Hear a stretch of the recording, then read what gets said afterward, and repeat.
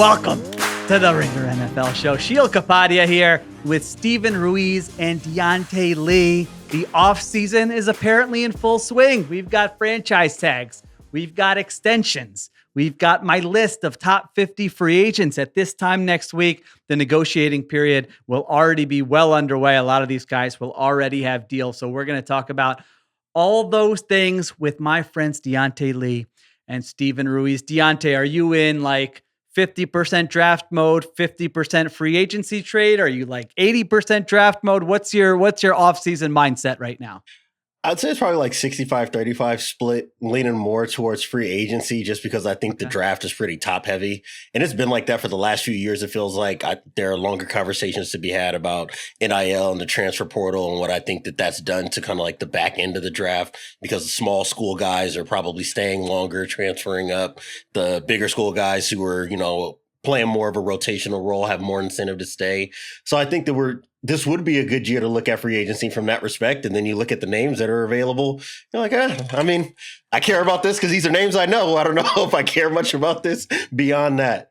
Yeah, we'll get into that. It is not the strongest class of free agents, which might have something to do with some of the other moves we're seeing here. How about you, Ruiz? Are you grinding the draft film or more so than free agency or no? No, I'm more in the free agency part of it. Okay. I'm like 50% college basketball too at the time, which is like a complicating layer because I got to write about college basketball this March. So I got a lot of different plates I'm keeping up in the air right now. There you go. Watching Cooper Flag tape has got to be a lot more exciting to watch. It's electric. Class. I can tell you that much. It's more exciting than watching Shedeur Sanders. I have to say that.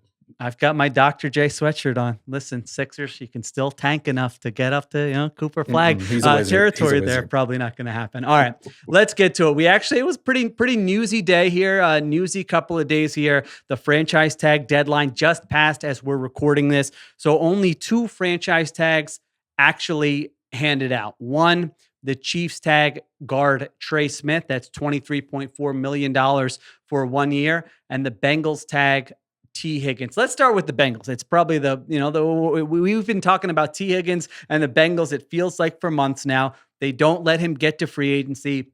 They tag him for the second straight year. So it would be $26.2 million for 1 year. I want to hear your guys' take on this Bengals Higgins situation. And then I think I might surprise you with a take on this Bengals Higgins situation. So Ruiz, let's start with you because I feel like you've been pretty adamant that the Bengals need to sign him to a long-term extension. When you see how this thing has played out, are you optimistic that that's eventually going to happen? How do you think this thing plays out?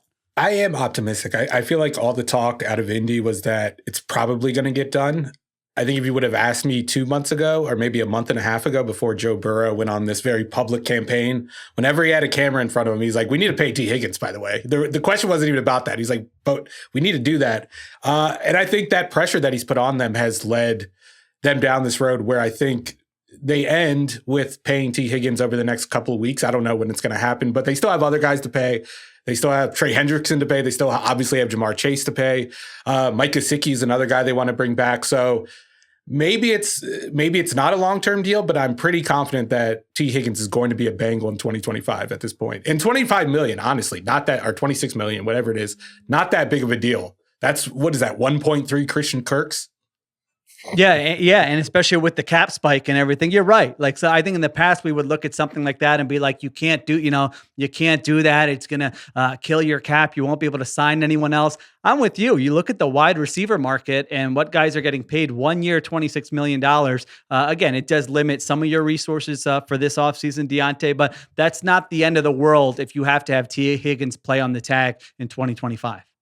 Yeah, I think I'm with you, Ruiz. I think at this stage now, I kind of assume that a deal will get done. I think coming into the offseason, it seemed pretty clear that either he or Trey Hendrickson was going to end up being the odd one out in terms of getting a long-term deal is kind of the assumption I went into this offseason with. And I think that Higgins getting the tag maybe doesn't guarantee, but at least makes it pretty clear that the priority is still trying to keep this offensive core together. And if you're going to do that and still be trying to recoup future draft capital or, trying to clear up up your books in the future so that way you can sign a Jamar Chase extension more comfortably with the and still be able to build a roster around it. I think that Hendrickson's the guy out. And for Higgins, I'm sure it's frustrating to go through back-to-back off seasons and be tagged. But if I'm him, I think that now that you've been tagged twice, there should be a lot of impetus for Cincinnati to get this deal done and just be done with the situation on the whole. So I would not be surprised if we get to training camp and he has a new deal on the table that he's happy with.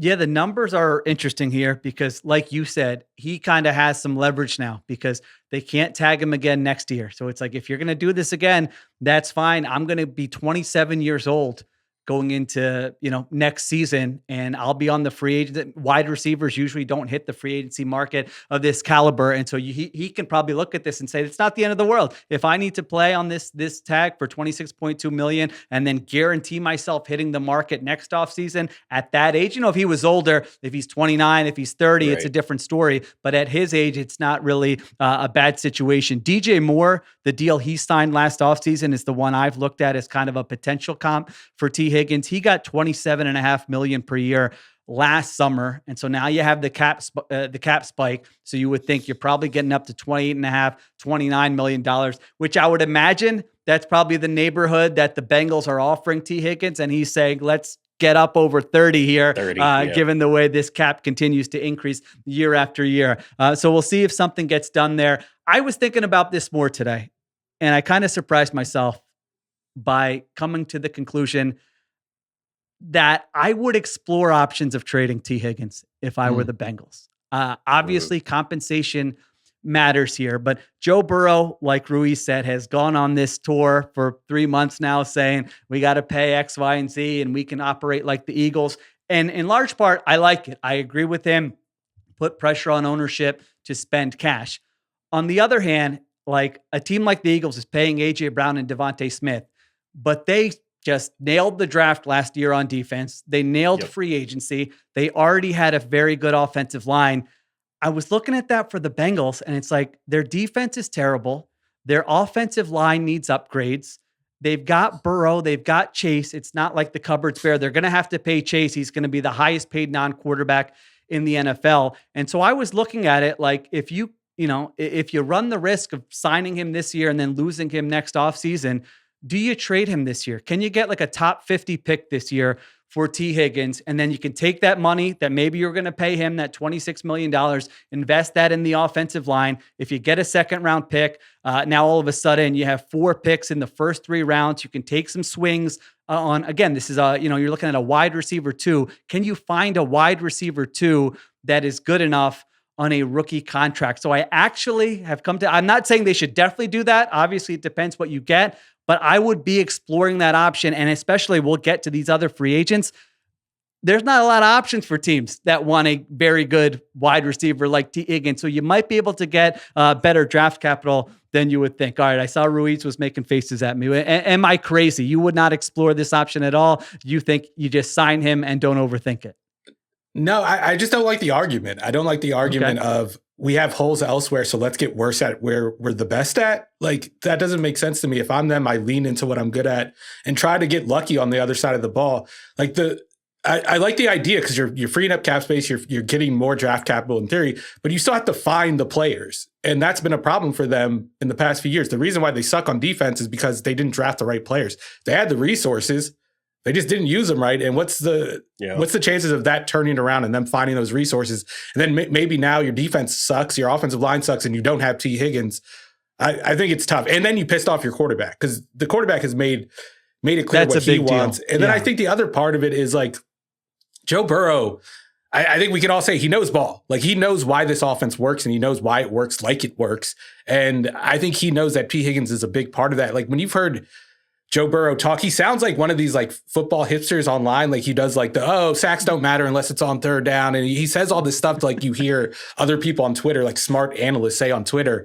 And I think he would be more open to that discussion if he believed that this team could make do without a star number 2 receiver next to Jamar Chase. And Jamar Chase last year, even with the protection of Higgins on the field, was the most double-teamed receiver in the NFL. It wasn't Justin Jefferson. It was Jamar Chase.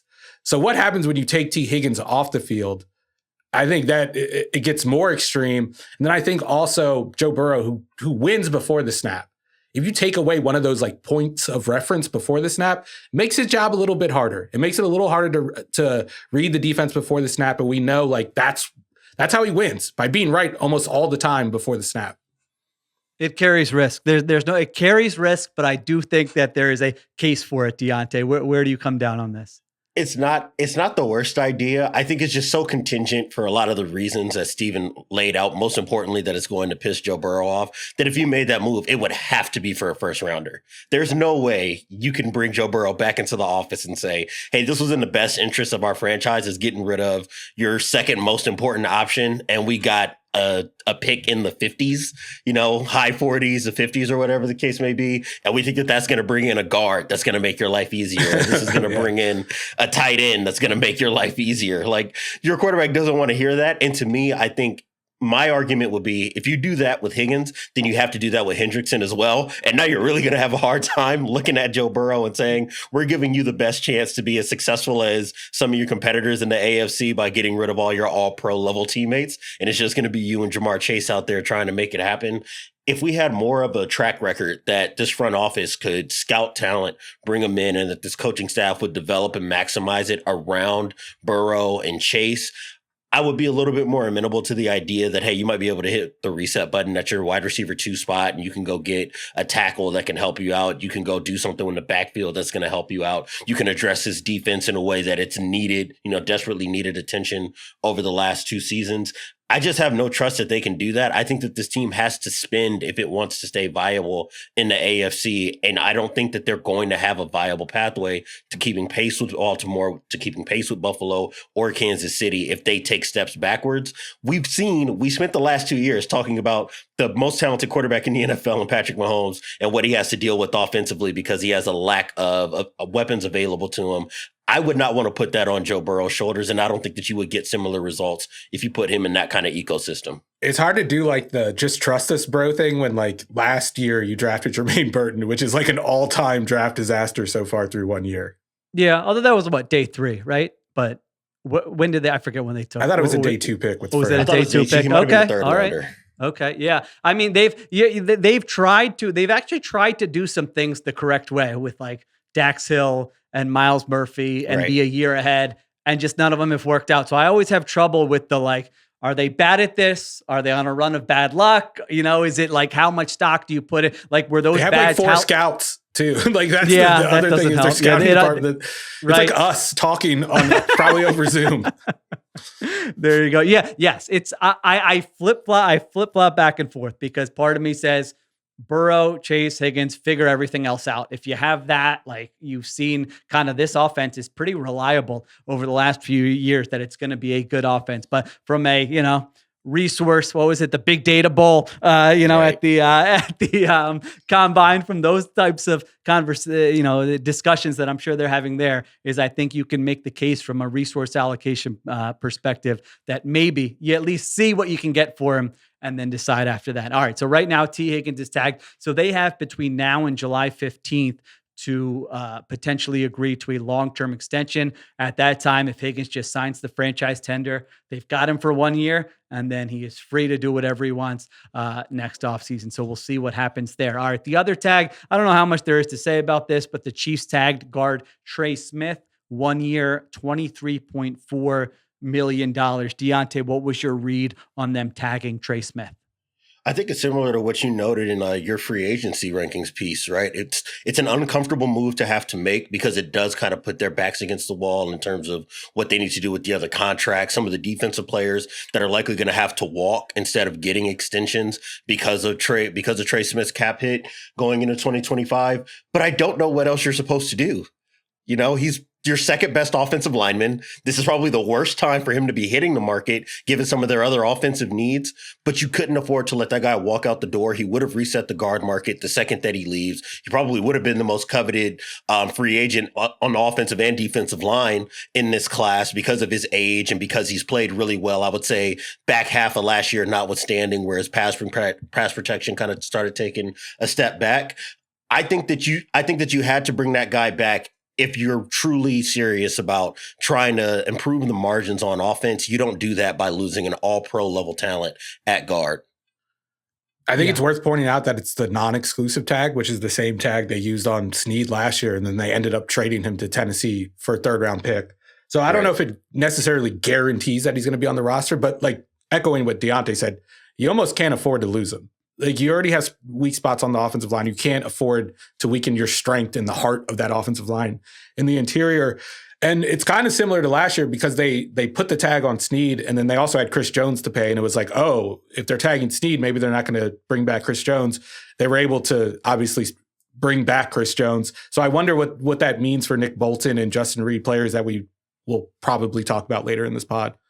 Yeah, if they were to lose Trey Smith, I mean, that, like you guys said, that offensive line already needs help. And this is one of your strengths. That would kind of be bad business. A guy who's going to be 25 years old, who's missed one game in the last 4 seasons. So the top of the guard market right now is Landon Dickerson, $21 million per year. I think Trey Smith would clearly be looking for a deal that resets the guard market. And we'll see. I sort of feel like that feels like a negotiation that should be able to take place and should be able to come to a resolution there where he's there long-term. And so he's not taking up $23 million on their cap for 2025. I feel like that's like I don't know. Sometimes we misunderstand that like a long-term deal doesn't mean he's going to have a huge cap hit. It's usually the opposite. Like he's probably going to have a smaller cap hit in 25 and maybe even 26, which allows you a little more wiggle room with Bolton and Reed. Two like foundational players and like players that contribute to the identity of that defense in a way. Yeah. I think the issue too, though, is like if you restructure Mahomes' deal to try to pry open enough cap space to be able to keep the guys that are already on roster, after you make those moves, there's really nothing else that they can do financially. You kind of be stuck just drafting and developing guys, right? Like, so this is just a really uncomfortable spot for Kansas City.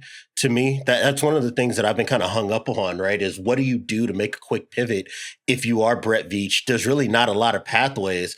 And even if they had let Trey Smith walk, you restructure Mahomes' deal, which are obviously going to have to do so now because they're over the cap. They really don't have any other options that are not going to make the roster significantly worse or cost them more in the future. They need impact players. Impact players probably cost more than the cap space that they're going to be opening up. This is going to be a really fascinating conversation to have in May once the dust is settled on this offseason and we start trying to prognosticate what the 2025 year is going to look like. Yeah, I could see us having a conversation in August where it's like, well, Rashee Rice is coming back healthy.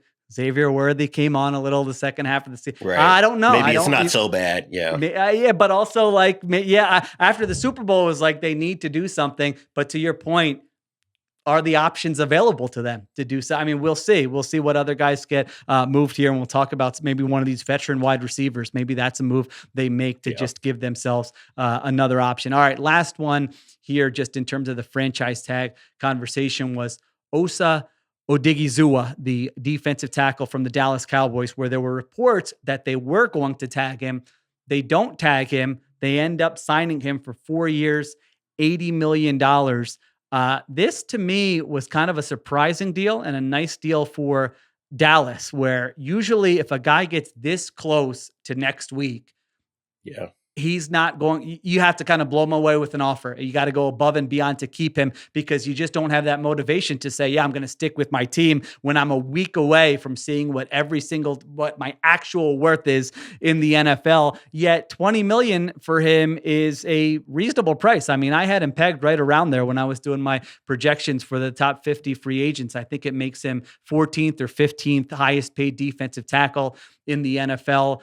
This is a guy who's entering his age 26 season, has not missed a game in the past 3 years. It surprised me when I was looking up the stats. He had 51 pressures from defensive tackle alignment last season, which was second in the NFL. I knew it's like seen flashes. He's been a hipster favorite, I feel like, over the years, but I didn't realize he had been that productive. So to me, this is a nice win for the Cowboys and a little bit surprising for Odigizua. Ruiz, what did you think of this deal? Yeah, he's a good player who you got at a market rate when he's about to hit the open market. Like that's a thumbs up move, a 2 thumbs up move for Dallas, which a team that hasn't had a lot of those moves. It hasn't had a lot of bright spots in the offseason over the last couple of years, maybe over the last decade. So I don't think it's one of those moves that requires a lot of analysis. A good player who's going to help they need to get that defensive line back to where it was a couple of years ago under Dan Quinn. That's when they were one of the best defenses in the NFL. If they don't have that, I think the rest of the defense kind of falls apart. So it's a no-brainer, and it's a good move for them. Yeah, no doubt. Diante, anything on that, or you want to move on to Saquon? No, I would say from Odighizuwa's perspective, I think it made sense I think it would have made sense to hit free agency. And I think if you're Milton Williams, you're probably screaming into the pillow a little bit because you would like to have more guys available that are really going to be force multipliers and driving up your value. The fact that he's signing for 20 a year does kind of set him back behind other deals that have come up in the last couple off seasons. I would have expected him to be more in that 23 and a half, 24-ish range, right? If you hit the open market, you probably do command that.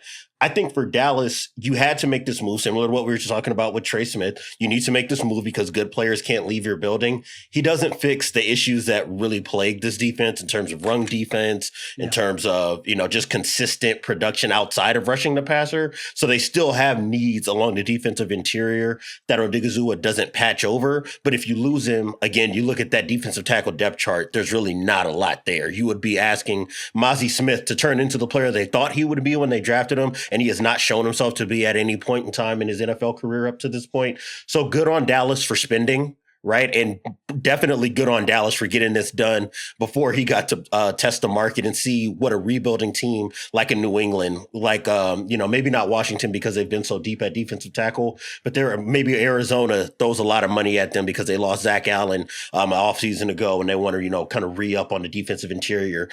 I'm impressed that Dallas got this done. I'm just fascinated from Odighizuwa's perspective.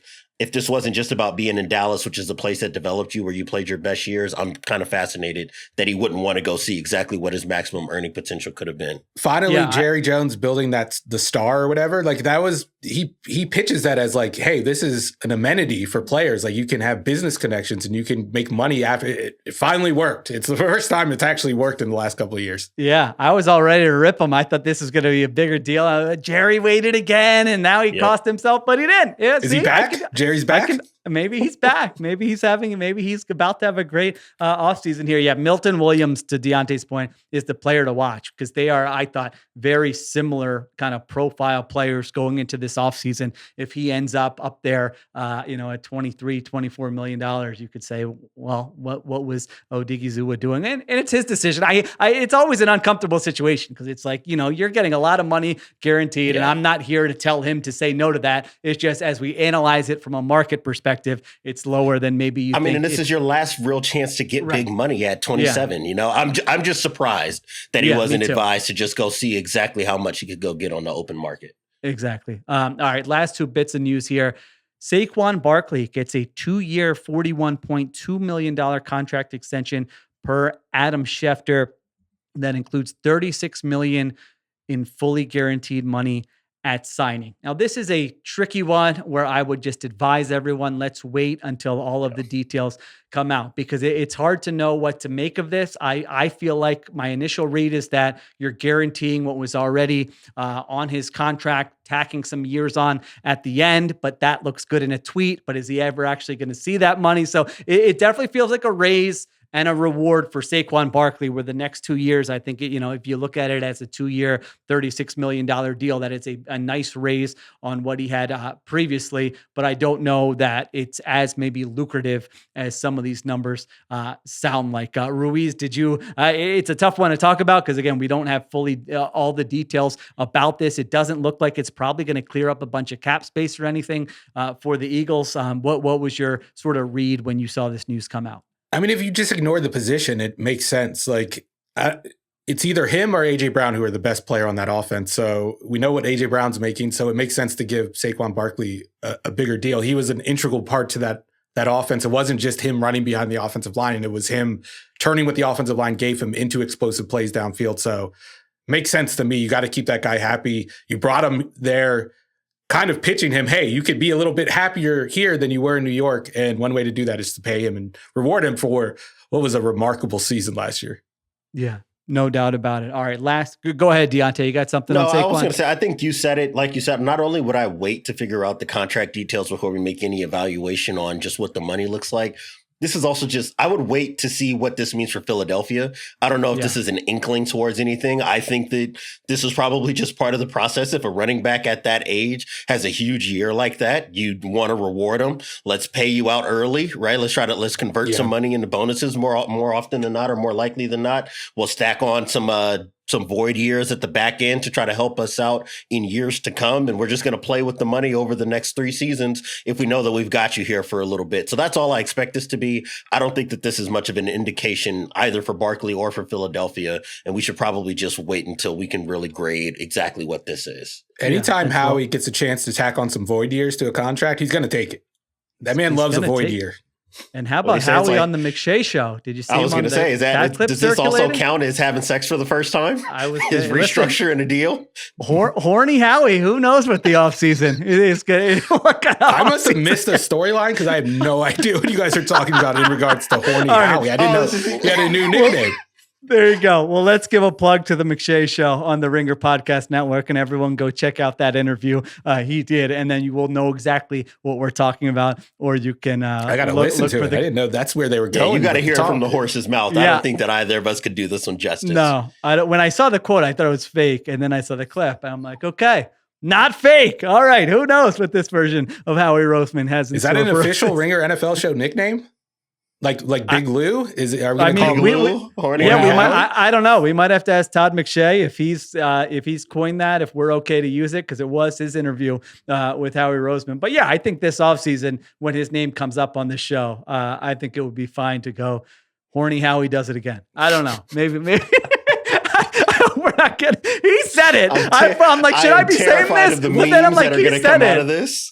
Terrified of what Eagles fans memes are going to be coming out of this. All right, last piece of news here.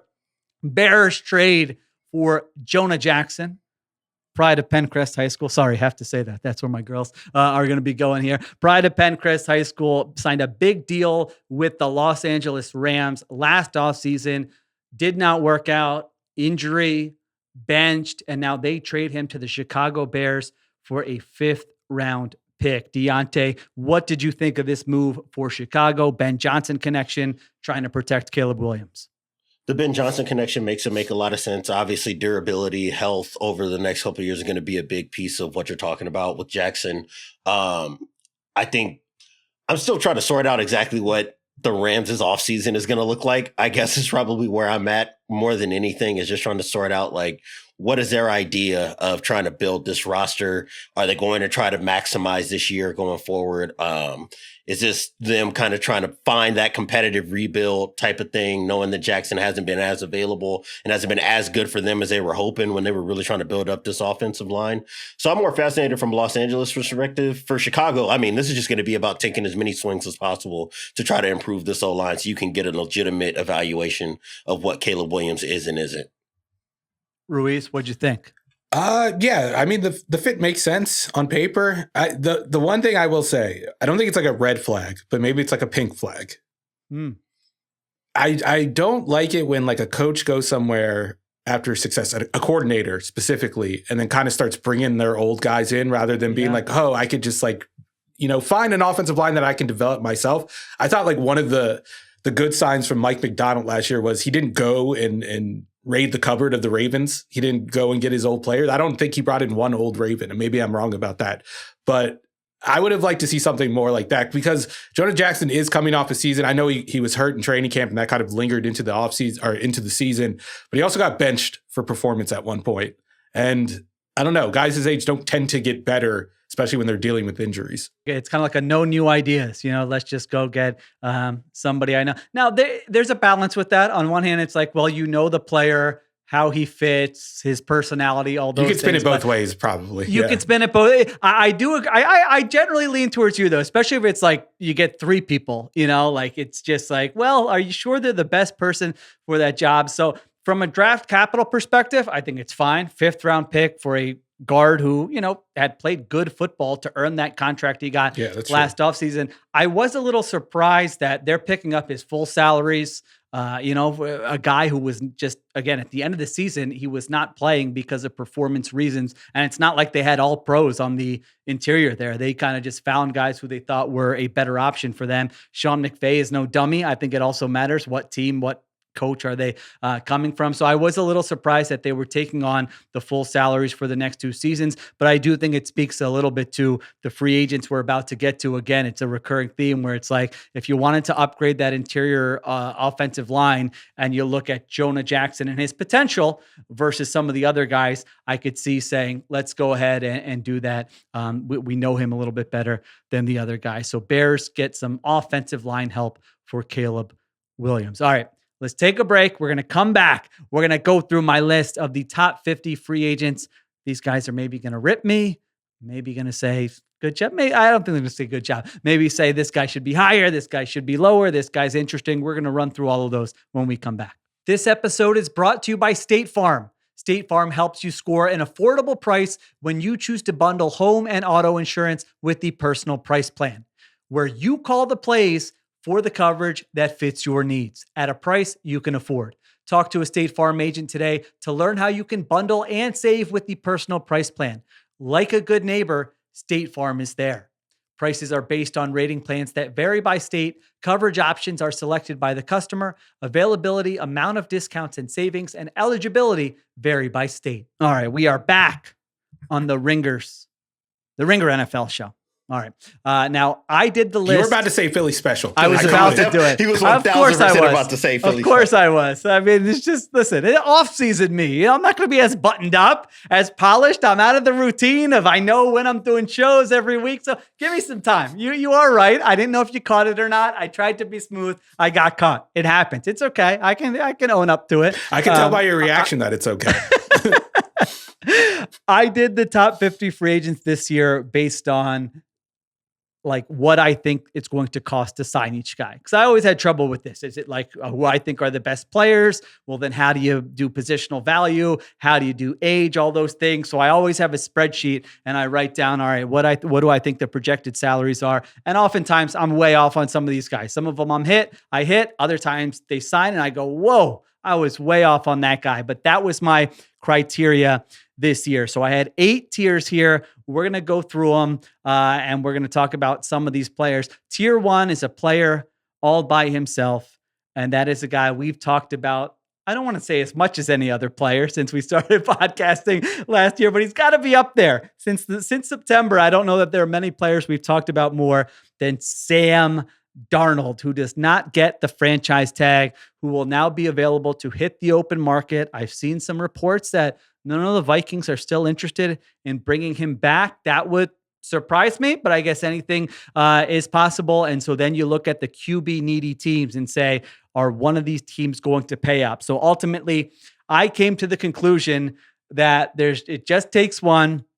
And there will be one team that will be willing to give Sam Darnold kind of that Baker Mayfield contract from a year ago, where I think Mayfield was 3 for $100 million. So around $33 million per year, bump up because the cap went up this year. And maybe you're talking $35, $36, $37 million per year for Sam Darnold. So I put him as the number 1 free agent here in a class of his own, because I don't think there's going to be another guy making that kind of money. Ruiz, Sam Darnold, where are you now compared to where you were at the end of the season? Do you think there's a team that's going to give him that kind of money, or do you think he's going to have to maybe settle for a lower contract like he did last offseason? No, I think he's going to get that money. I think you could structure the contract where you're not really taking a big risk. I'm thinking of like the Nick Foles contract in Jacksonville is a good model for them. For whatever team decides to sign him. I don't think you're going anywhere if you do sign him, if you pay him, because if you are a QB needy team, like looking down a list of QB needy teams, you're very far away from a Super Bowl. And Sam Darnold getting you there in the next 3 years is very unrealistic to me.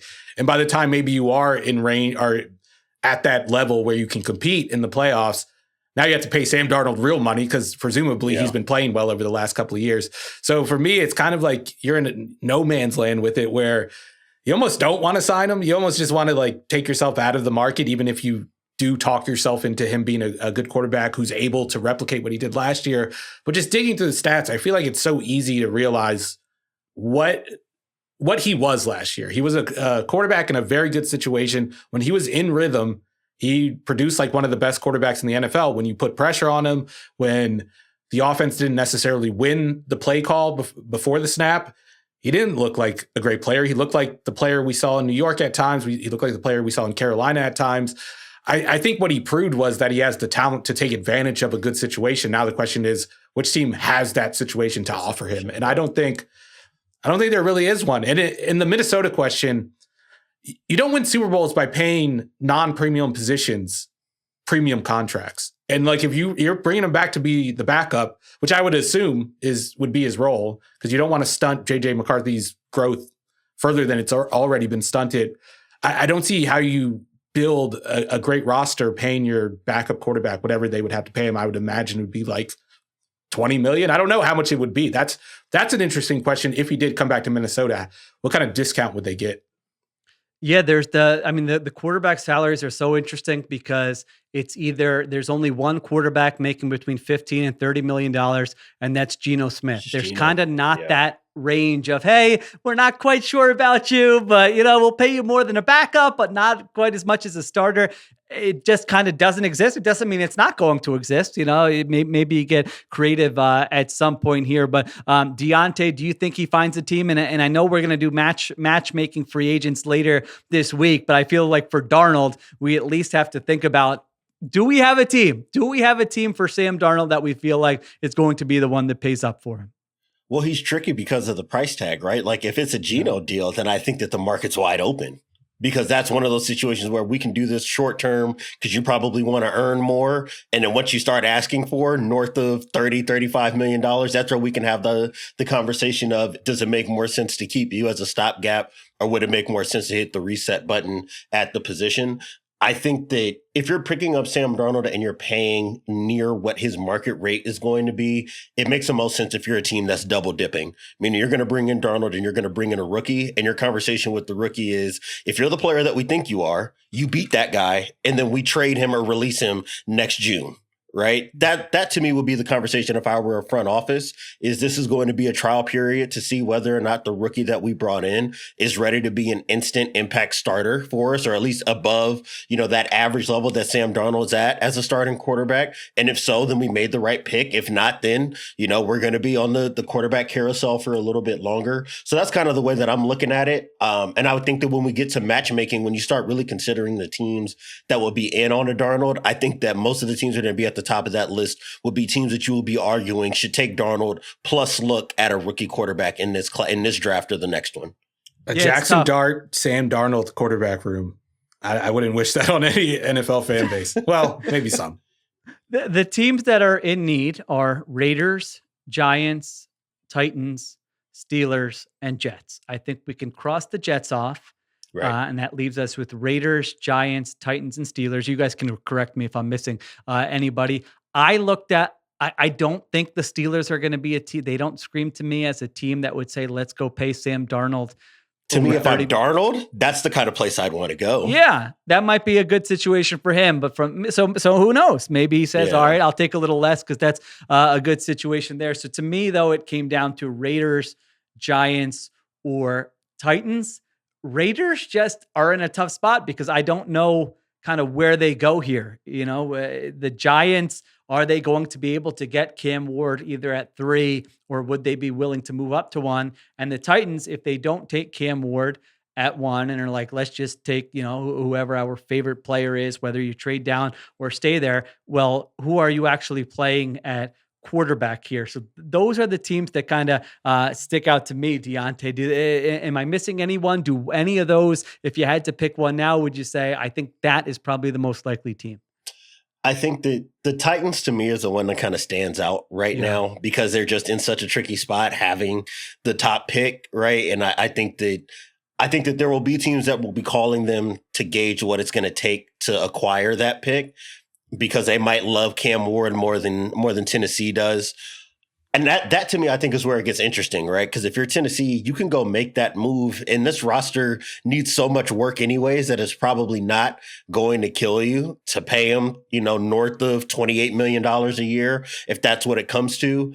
I think with the Raiders, the reason why it's so tricky and why I can't shake them off as an option is because they just have more money than you can afford to spend in one offseason. It's really difficult with all the holes that they have on the roster and the fact that they need a quarterback as well. It's really difficult to find ways to spend in this particular free agency class that you'd be happy with. That doesn't also include trying to bring in some kind of stopgap. And if it's between him, if I'm the Raiders and it's between a guy like Darnold plus a rookie, or trying to bring in Aaron Rodgers, or trying to bring in Justin Fields, or trying to bring in Russell Wilson, I might just do Darnold for 2 years if those are the options that I have to pick from this offseason, at least for them specifically.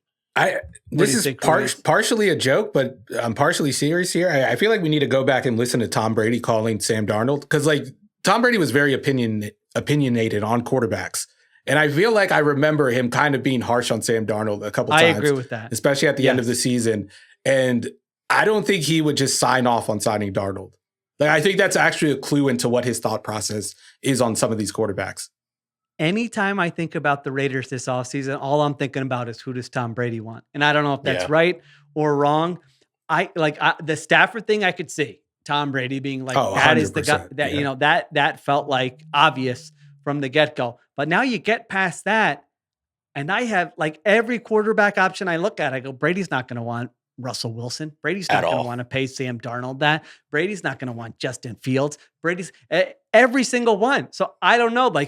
Are they going to be? I know Shedeur Sanders seems like he was the story at the combine, and I'm just everywhere I look, he's getting ripped, and he might not even be. Teams don't like him in the first round. I know Brady kind of has that relationship, or has had that relationship with him. Is it just by the time we get to the draft, is it going to be like Brady thinks this guy is good enough and it's a rookie, it's not going to kill you if it doesn't work out? Is that the guy? So Ruiz, is there not because I'm with you. I just try to get into Brady's head and think, what are the Raiders going to do? And I guess I'm landing on maybe Shedeur. I just, all the veterans that are available, I'm like, I don't think he's going to want any of these guys. Yeah, I think that's a good point, but I don't think that means he's going to get desperate and splurge for Sam Darnold. And I don't think Mark Davis will need convincing to not spend extra money and give out a large stack of cash to a quarterback where all of us, even the most optimistic Darnold people, are probably I don't know how this is going to work out. The other team I'll throw out for Darnold, which is, I think I heard this on Twitter today, is the Colts.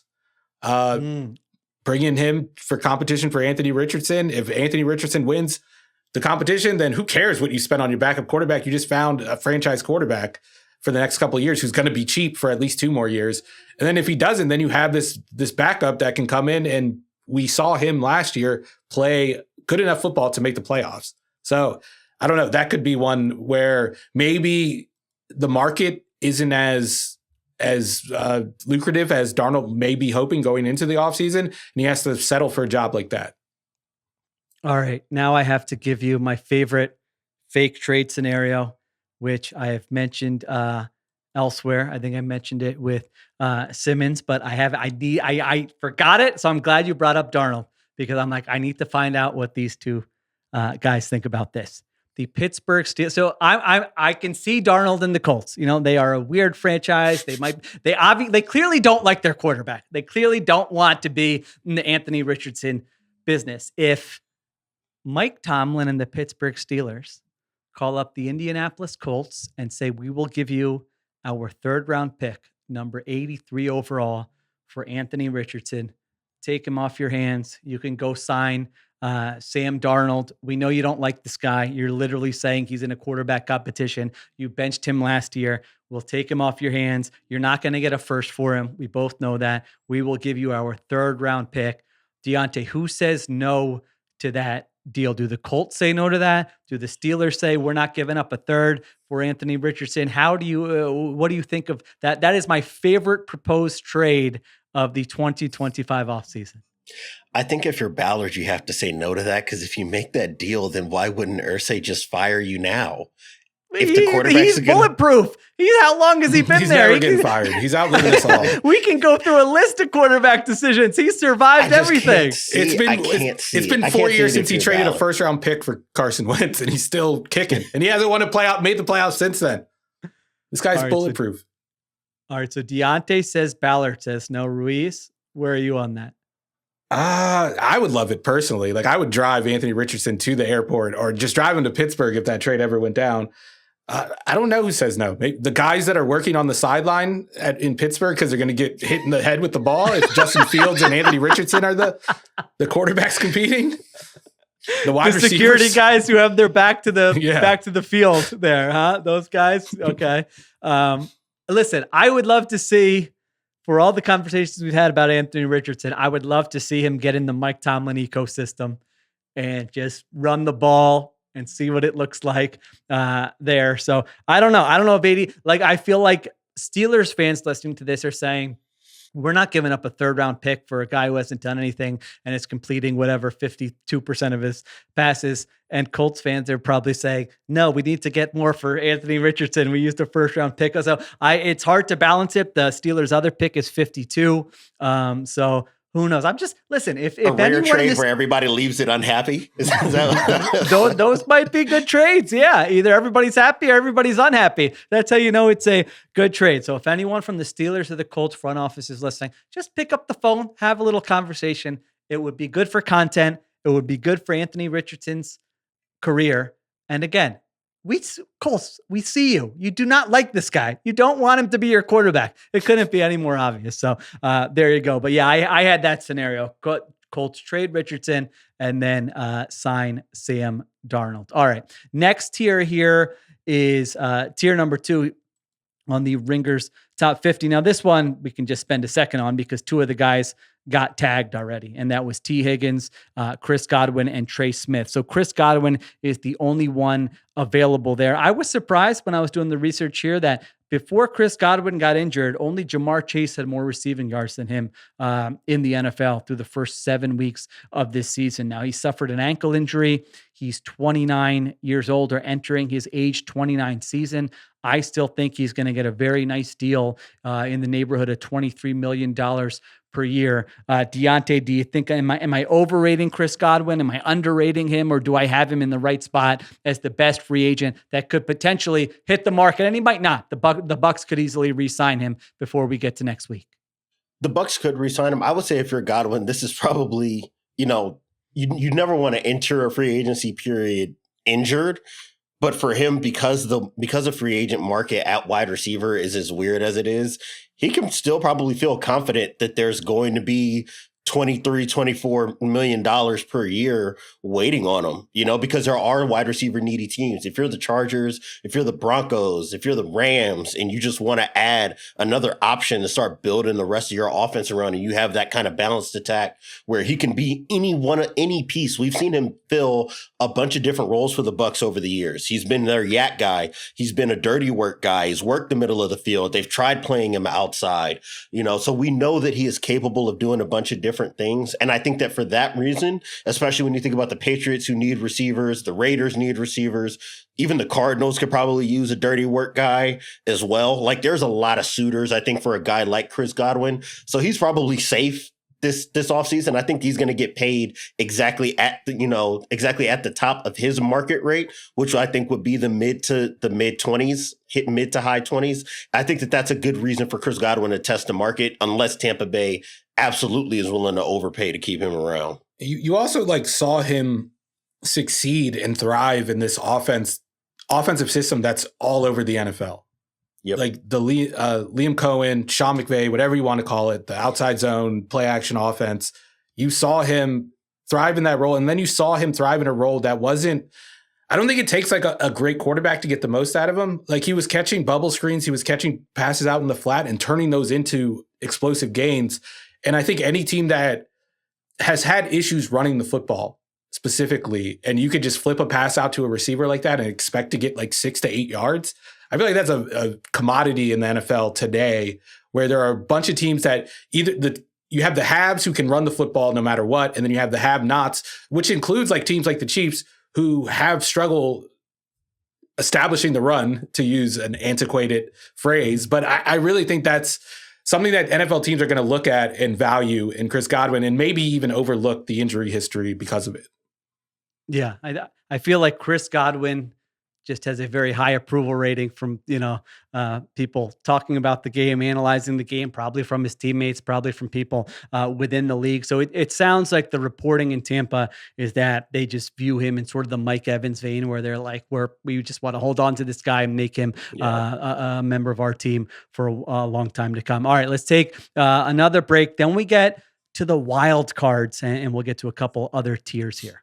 All right, we're back on the Ringer NFL show. So this next group is the wild card. So these are guys that could get paid. That, like, I would think some of these guys are going to get 20 million or over 20 million. I would think the low end of this is probably 15, 16 million, although they're wild cards for a reason, because maybe some of them won't have the market, or maybe some of them will crush what my projections are for them. So I'll run through them, and then you guys can tell me just if there's anyone in here that interests you. Milton Williams, defensive tackle for the Eagles. Ronnie Stanley, offensive tackle for the Ravens. Javon Holland, safety for the Dolphins. I have him as the top safety in free agency. Josh Sweat, edge rusher for the Eagles, obviously coming off the great Super Bowl. Khalil Mack, edge rusher for the Chargers, older, but still could find a nice deal. Cam Robinson, offensive tackle for the Vikings, is an interesting one because Alaric Jackson of the Rams, who I had above him initially, just re-signed with the Rams for a nice deal. I think that was $18 million per year. Zach Bond, linebacker for the Eagles, which I think will be the Eagles' top priority. Doesn't mean they'll be able to keep him, but I think he's the guy they would like to keep of all their free agents. Diante, of that group, who is a guy that interests you and why? I'd be a little interested in Javon Holland. I think that he can be a really useful safety for a lot of teams in the NFL. I think that he can make that 16-ish million, $17 million you kind of hinted at in the piece. And I think that because the safety class in this draft is really top heavy, if you're a team that is picking on the back end, right, in the last dozen or so picks in the first round, I'm thinking about Buffalo. You think about Kansas City, who might be losing Justin Reed and might need to fill in a safety. I know that they have a lot of young guys that they're trying to trust in their development, but maybe you want to bring another guy in. I'm always thinking about Philadelphia as an Eagles fan, and I've just thought about their safety room. They probably need to start thinking about whether or not they can upgrade at that position, in spite of how solid Reed Blankenship and Johnson Gardner-Johnson have been for them, and maybe that's something they do in the draft instead of spending. I think that there's going to be a lot of opportunities for Javon Holland to go be a solid contributor for a contender. You maybe don't get high impact starters that would fit kind of being paid $17, $18 million at that position, but he's solid enough, I think, to where you can pay him market rate right now and feel good about it 2-3 years down the line. Yeah, that's the word I would use for him, is solid. I almost thought about moving him down a tier, because I don't think he's like a safety that you can ask to play man coverage. And I think those are the guys that you really want to pay at this point. We talked about this on the last show, Diante. Like, you kind of put safeties into two buckets. You have like the nickel that could play man coverage and get his nose dirty in the run game. And then you have like the shell safeties, the safeties that are going to play a deep half or a deep quarter. I think it matters about fit, like the Eagles fit. Like, paying him $17 million to be in that defense, I think makes a lot of sense. Paying him to be in a different style of defense where you're not playing a lot of quarters and too high zone, I don't think it makes a lot of sense for me. I would put him more in that Justin Reed type mold of a safety where you don't want to ask him to play man. And the Dolphins didn't ask him to play man coverage, 49 reps of man coverage, where that was his role, not that 49 reps of like everyone's playing man coverage. So if Miami didn't feel comfortable really asking him to play a lot of man coverage, I would imagine that wasn't something they saw as a strength for him. And if that's not a strength for your safety, I wouldn't want to be in the market of paying him above market rate. Yeah, safety's tricky. Xavier McKinney last year, I'm like, I like Xavier McKinney, but I didn't think he was going to get the deal he got from the Packers. You really never know. Yeah, you really never know until you see them in the defense. So it's kind of even like what I'm saying right now. I don't even know if that analysis applies. We'll see next year. Yeah, it's a little bit of a gamble. Was there anyone else, Ruiz, in that tier that you wanted to get to before we move on to the quality starters?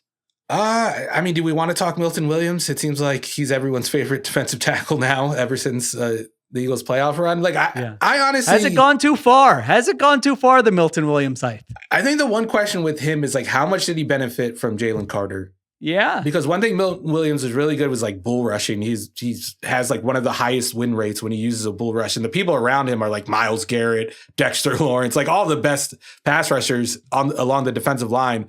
But how many one-on-one opportunities did he get that he's not going to get elsewhere if he doesn't re-sign with Philly, which I don't think is going to happen.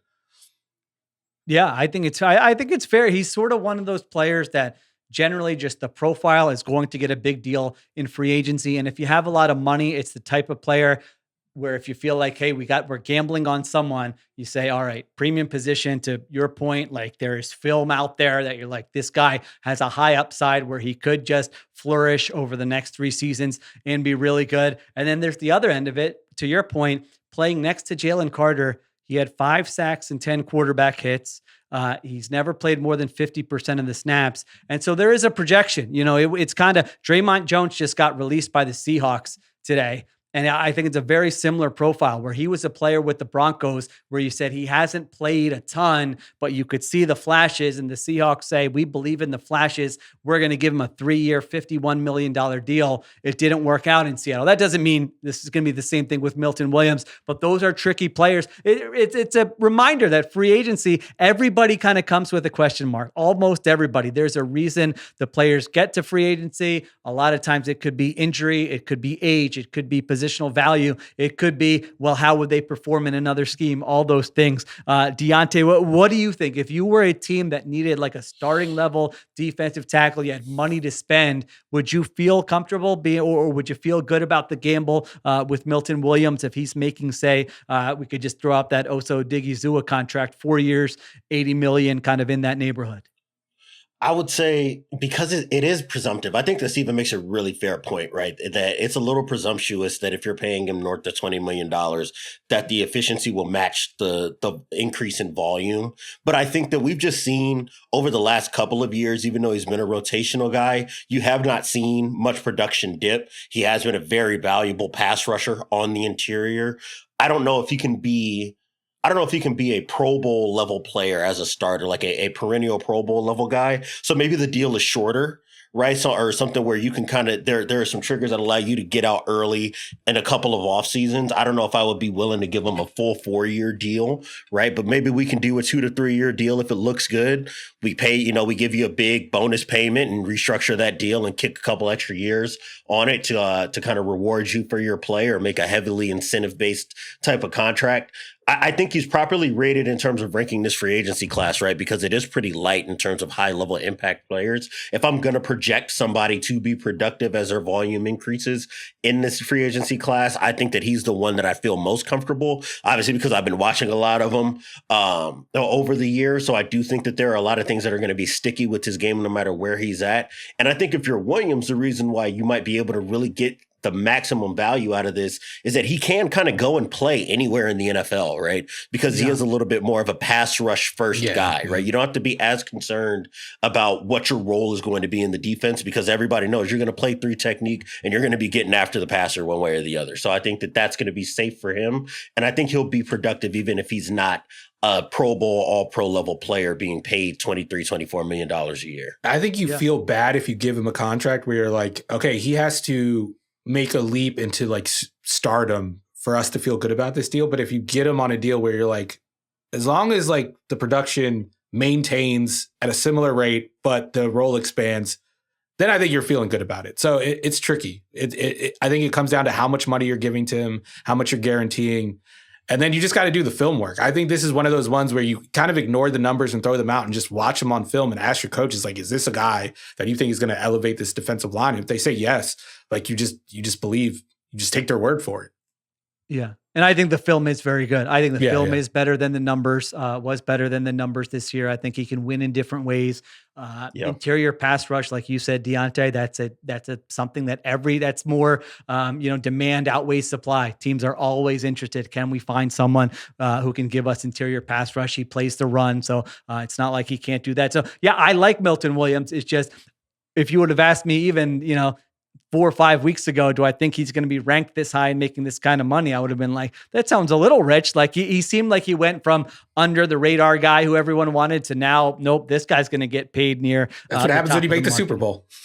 And also the nature of free agency, honestly, it's just like that. Yeah. You hit at the right year, you happen to be available at the right time. Zach Bond is a guy with a small sample size that I'm not super worried about him. I think the film checks out. I think like the story, like the narrative arc of his career checks out. And then like when you watch what he was good at, it's not the things that you would expect a first year off the ball linebacker to be good at. Like I felt like had a really good feel for like those underneath zones that he was playing, which that would be like the last thing you thought he would acquire doing this for the first time, but it was the first thing. I think the question for me is just length, right? It's length on the deal because he is approaching age 30, right? Like that's fair, yeah. And because I think that there are going to be teams that have questions about length, I almost expect Philadelphia to be the one that has the advantage because I think that they'd be most willing to kind of pay the rate that I think Bond will be looking for at the linebacker position, while also maybe having enough team-friendly terms to where you can get that third year on the deal, right? And you can really kind of lock in some long-term earnings if you're Bond.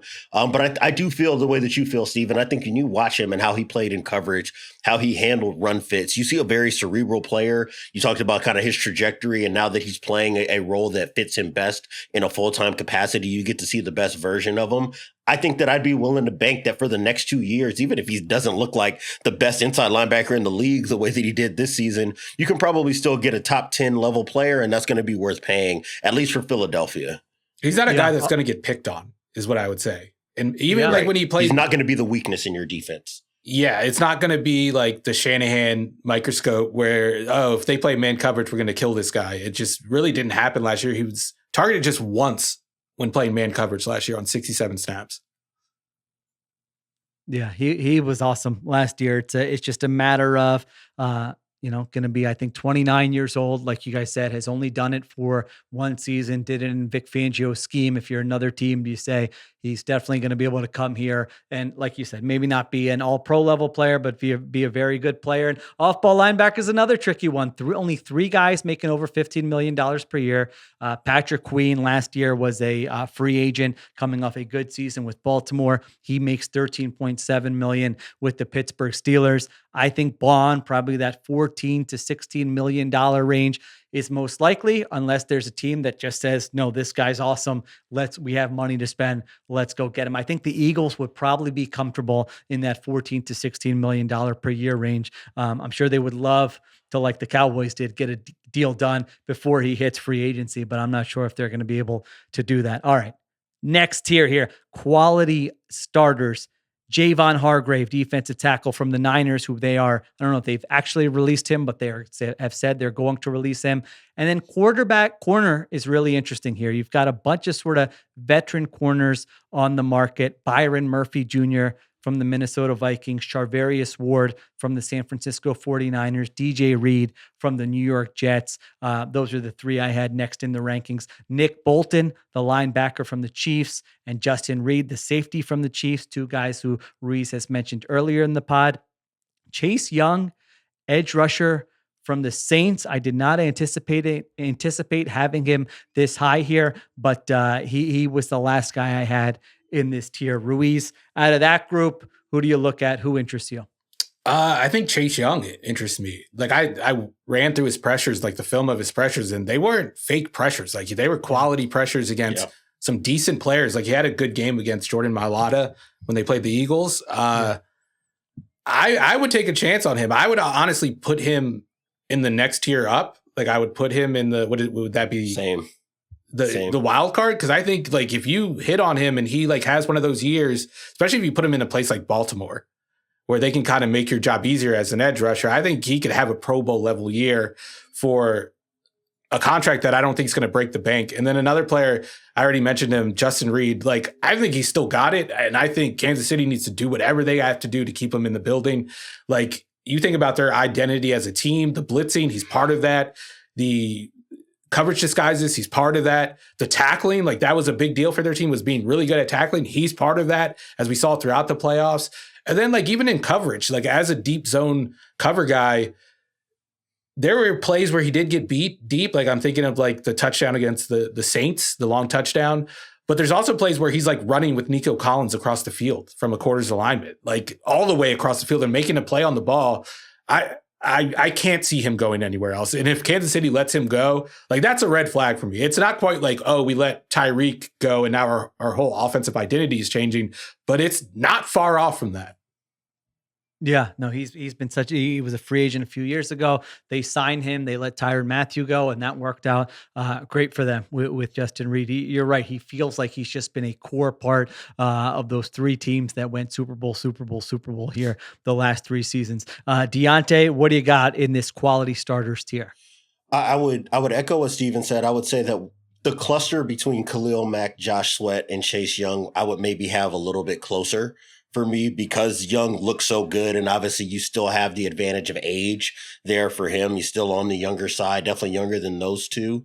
So I might kick him up a little bit. Bolton is a little tricky for me. I do think he's a quality starter. I think that like maybe he and Ernest Jones should be a little bit closer together. I think that for both of those guys, you think like if they're our second best linebacker, we're in a really, really, really good spot.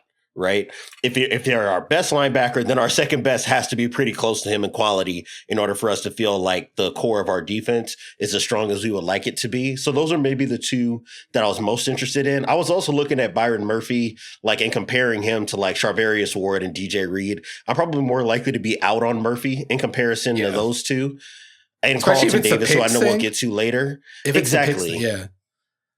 You know, I think that he was fine in Minnesota. I honestly think he should stay in Minnesota because he was a pretty good fit for what Brian Flores likes to do. If he were out on the open market, I just kind of have a hard time trying to balance what he would be in the next defensive system versus a guy like Ward, who I think is probably closer to being the best version of himself than what we saw in 2024. Obviously, extenuating circumstances given the loss of his daughter going into the season. And then with DJ Reed, that I think is like the quintessential definition of solid starter, right? If you have a cornerback need, he can go be your lead corner, and he's not going to be competing for the best in the league, but you know he's not going to be a hole for that position group either. So I would say that the corner position is probably the most interesting in this tier. Yeah, I ran through Murphy's interceptions, his 6 interceptions. 4 of them were on like just god-awful overthrows by quarterbacks. And then the other 2 came off of Joe Flacco and Mac Jones. They were like remarkable coverage plays. But I think he's like, if you look at him through the lens of, oh, he had 6 interceptions and we want that type of playmaking, I think he's kind of overrated. But if you are also like, oh, he's overvalued because of the 6 interceptions and we shouldn't side him, I think that's even wrong too. I think he is a good cover guy in the slot. He just don't expect the 6 interceptions. Yeah, he had a lot of passes defended too, which I always like to look at with the big interception guys. Are they consistently getting their hands on the football, or are those complete outliers? I think that's really one, scheme. What do you want? What does your defensive coordinator value between Murphy, Ward, DJ Reed, and Carlton Davis, who we'll get to here in a second. Chase Young's, you know what? If I planned my time a little bit better, we could have done this exercise before I put out the top 50. Then I could have taken some of these notes because I was second guessing. I'm like, wait, is Chase Young? I felt like I had him higher than any other ranking I saw on the internet. But I'm like, he made $13 million a year last year, and he had a better season than he had the year before, and he stayed healthy. And he's 25 years old. So like that 13 million is going to be the absolute floor. What, is there going to be a team? Here are the players who had more pressures than Chase Young last season: Trey Hendrickson, Danielle Hunter, Myles Garrett, Jared Verse, and Micah Parsons. That's the entire list. Jeez. This is NGS. So this is their, they're looking at the tracking data. This is someone whether you get within 2 yards of the quarterback. That's their definition of it. 2 or 2 or yeah. Well, okay. Yeah. Okay. 2 yards. Yeah. So it's like that surprised me a little bit because I can't tell you I was grinding the Saints defensive film. Nobody was. Wasn't a whole lot to see. Dennis Allen wasn't either. Dennis Allen wasn't either. All right. So those are your quality starters.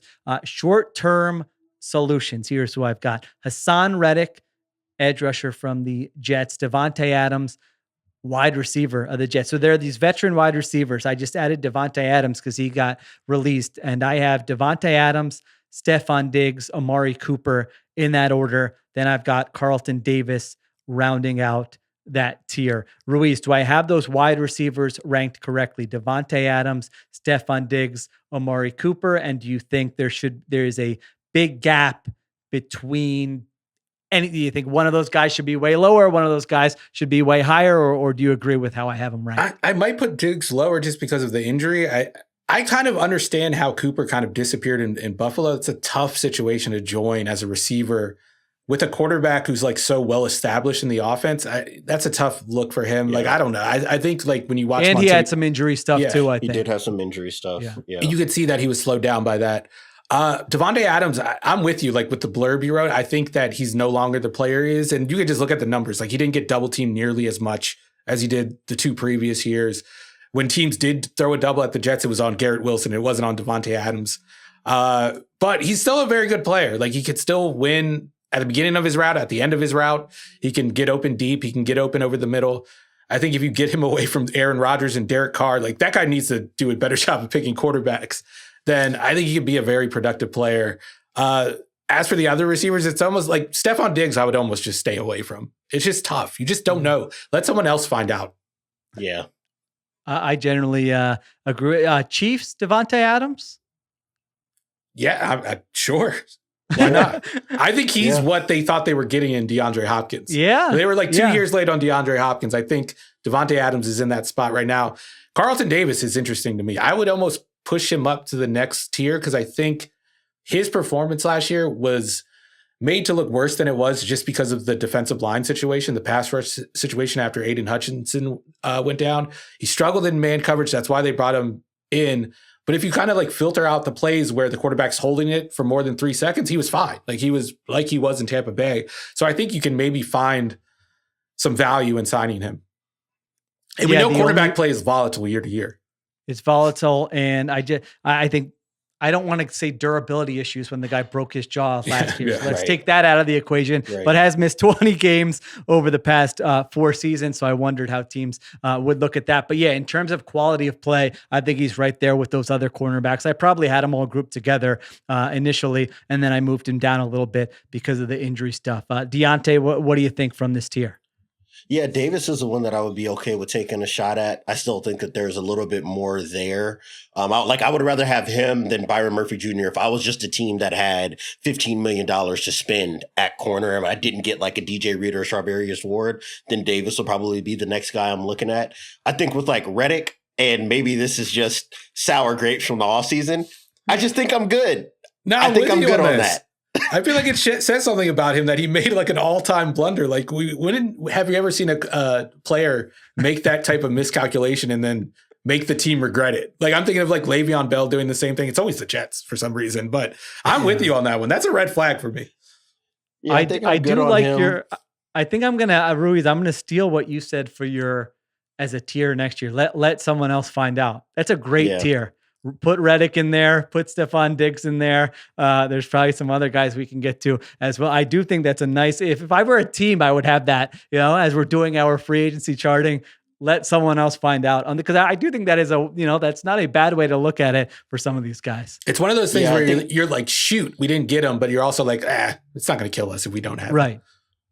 And Diggs isn't the only guy on that short list that you have in your ranking, Sheil. Like I think when we get to Dre Greenlaw, when we get to Talanoa Hufanga, like there are a lot of guys that are like, you probably just need a reset year to prove that you're still the player that we saw when you were healthy, and maybe you can hit the market again in 2026 and go find yourself a 2 or 3 year deal where you can earn a little bit more and make the most of like the back end of your prime. But yeah, I would leave Diggs alone. I think with Cooper, it's fascinating because if he's your 3rd best wide receiver, you probably have exactly what you need to go contend, right? You should feel like you have a dynamite pass catching core. If you're asking him to be a 2, and definitely if you're asking him to be a 1, then you're probably in trouble. I just don't know if that's his ceiling as a player any longer. And with Davante, I think it's just entirely contingent upon his landing spot, because he can be a number 1 wide receiver in the right situation, right? Like Kansas City makes a lot of sense because being a number 1 wide receiver there is different than most other places in the NFL, because Patrick Mahomes is going to do a lot of the heavy lifting for that offense. I wouldn't want to see Davante land in a spot where he's got to be winning at the catch point time and time and time again, that he's got to be the same kind of separator he was those last 2 years in Green Bay, where we saw what looked like the best wide receiver in the NFL. I would be really hesitant unless I knew this was a 1-year window to go try to win a Super Bowl on paying Davante Adams. Can I throw out a team for Davante? Unless you want to save it for Thursday. I should have saved it. Are we going to talk about Davante Adams in that episode? That's like we don't have all the way down to tier 6.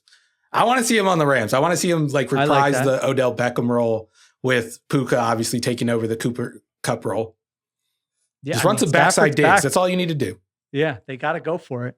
Stafford's back. They got to just go for it. All right, we'll run through these last few tiers here quickly. Upside with question marks. I don't know that every guy falls into it, but listen, when you're doing tiers, sometimes you're like, I got to throw a guy in here somewhere. What do you want from me? I got to file this thing. You know what I'm saying? All right. So here are the upside with question marks. Malcolm Kuntz, edge rusher of the Raiders. Ernest Jones, linebacker of the Seahawks, who Diante mentioned. Drew Dahlman, center of the Falcons. Will Fries, guard Colts. Justin Fields makes an appearance, quarterback Steelers. Darius Slayton, wide receiver Giants. Trevon Merrick, safety from the Raiders. Talanoa Hufanga, safety from the Niners. Mekhi Becton, guard from the Eagles. Jamian Sherwood, linebacker from the Jets. Tevin Jenkins, guard, Bears guard. Rasul Douglas, cornerback Bills. Deo Odeyingbo, edge rusher from the Colts. Wow, I didn't realize I had a lot of people in that tier. Diante, who from that tier has your attention, or do you find a little bit interesting? I said there are a few names. This is really where I think the story of free agency is going to be told, is in this tier of guys. And these are the guys that I think can swing teams that are on the fringes of contention.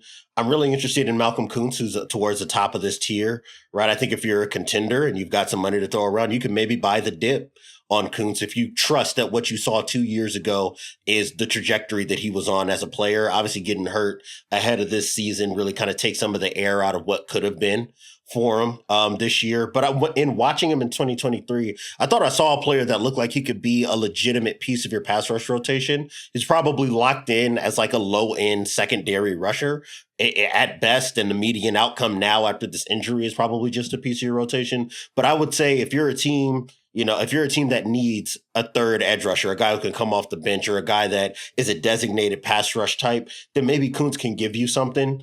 I talked about Ernest Jones at linebacker and his, in relation to Nick Bolton. I still think that there's something there you can get out of him.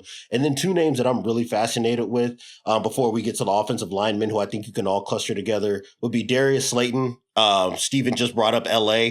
My note when I saw Slayton is like, go to Los Angeles and let Justin Herbert or Matthew Stafford rehab your reputation as a receiver in this league. Go someplace where you can get a high volume of targets, because there's going to be a lot to go around. I think that would be a good move for him. And then Trevon Merrick, I think it's hard to say that he's too low, because we just haven't had enough like splash production from him. I think he's been more just kind of decent, above average at safety than anything. Hasn't necessarily lived up to, I think, some of the draft hype when people saw how fast he was, his ball skills at TCU, all of that.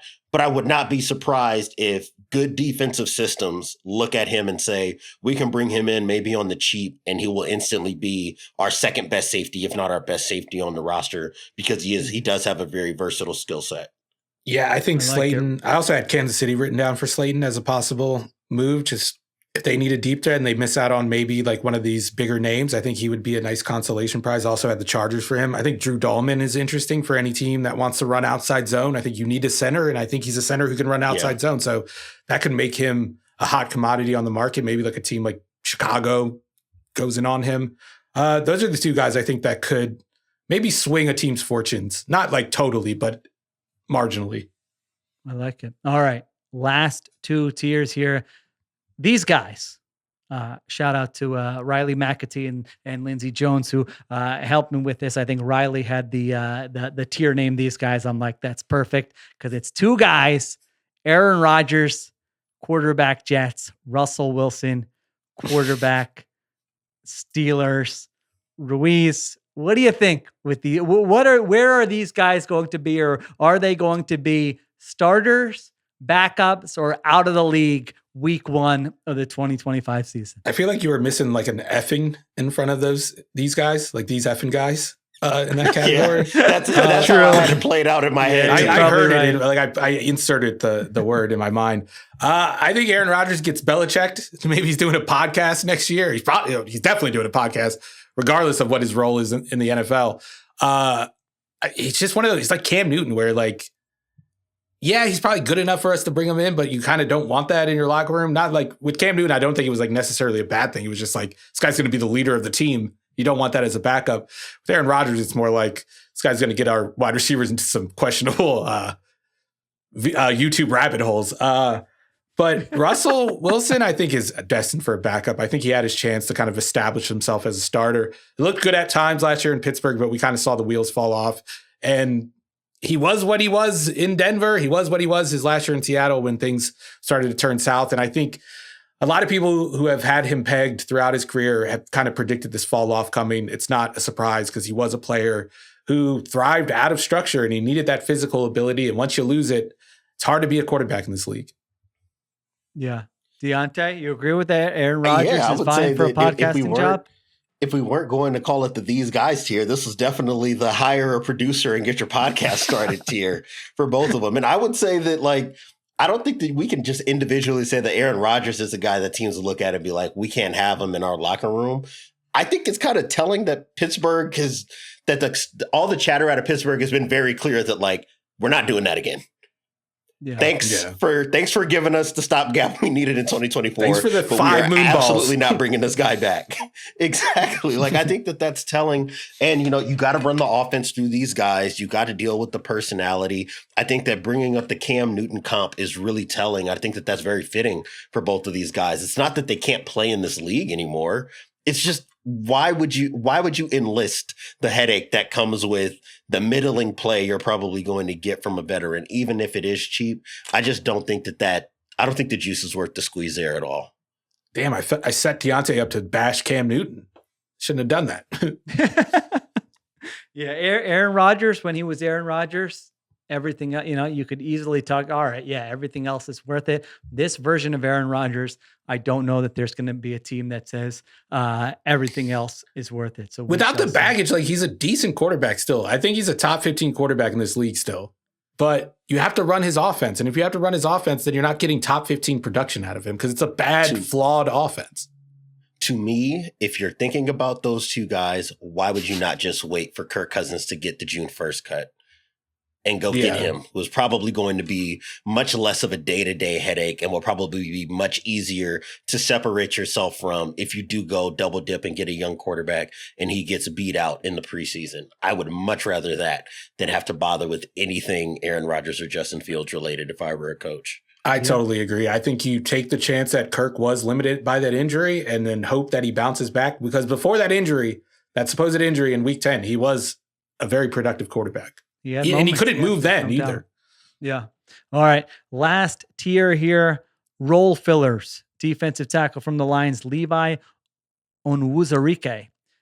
Keenan Allen, wide receiver from the Bears. Asante Samuel Jr., Chargers cornerback. Cam Bynum, Vikings safety. Aaron Jones, Vikings running back. Dre Greenlaw, 49ers linebacker. Kevin Zeitler, Lions guard. Paulson Adebo, Saints cornerback. Jawan Johnson, Saints tight end.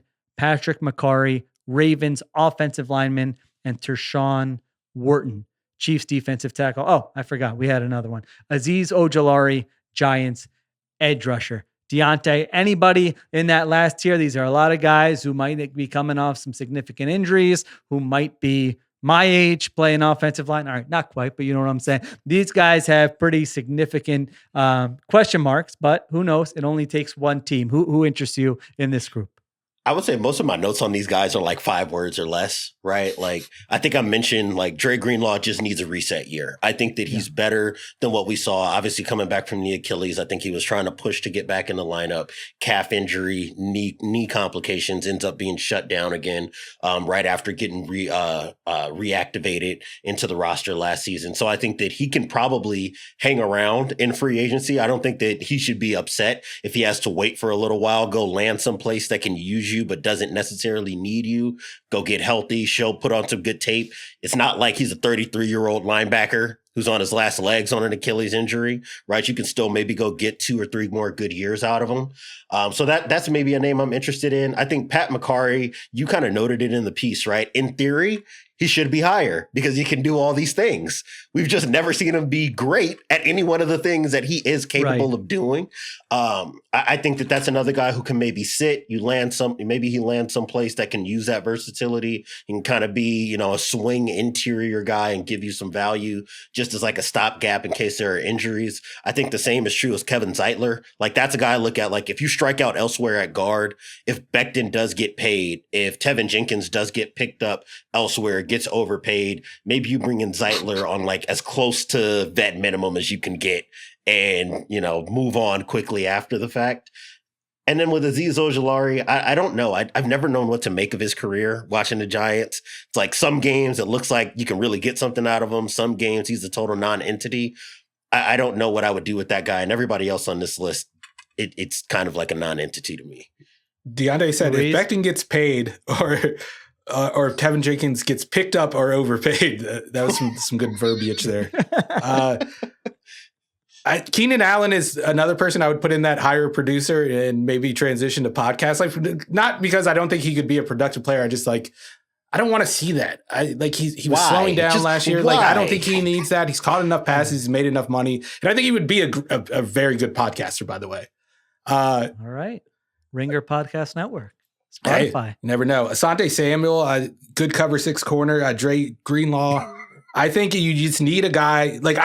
I know he's coming off the injury, but I love a linebacker that's just going to give you effort and just going to run sideline to sideline. And if you can get that, then I think he can fit in any defense, especially a defense where you're going to play a lot of zone coverage, which kind of is the name of the game, especially on early downs in today's NFL.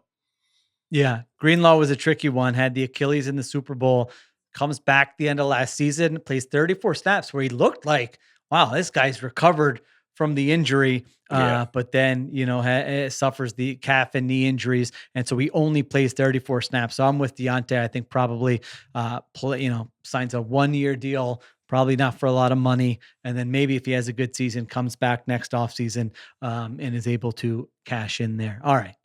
Those are the top 50 free agents. You can look at all of them on the ringer.com. Next show, we will do some matchmaking for some of these guys. We'll say we want this guy here. We like this guy here. I know it's not going to happen, but what if this guy somehow made his way on this team? So we'll do all that on a show later this week. Thank you to Diante Lee and Steven Ruiz. Thank you to Troy Farkas for producing. Additional production supervision by Connor Nevins and Arjuna Ramgopal. I'm Sheil Kapadia. We'll talk to you next time on the Ringer NFL Show. I just want to say you did a good job on the rankings, Sheil. You said we wouldn't say you did a good job. You did a good job. Oh, thank you.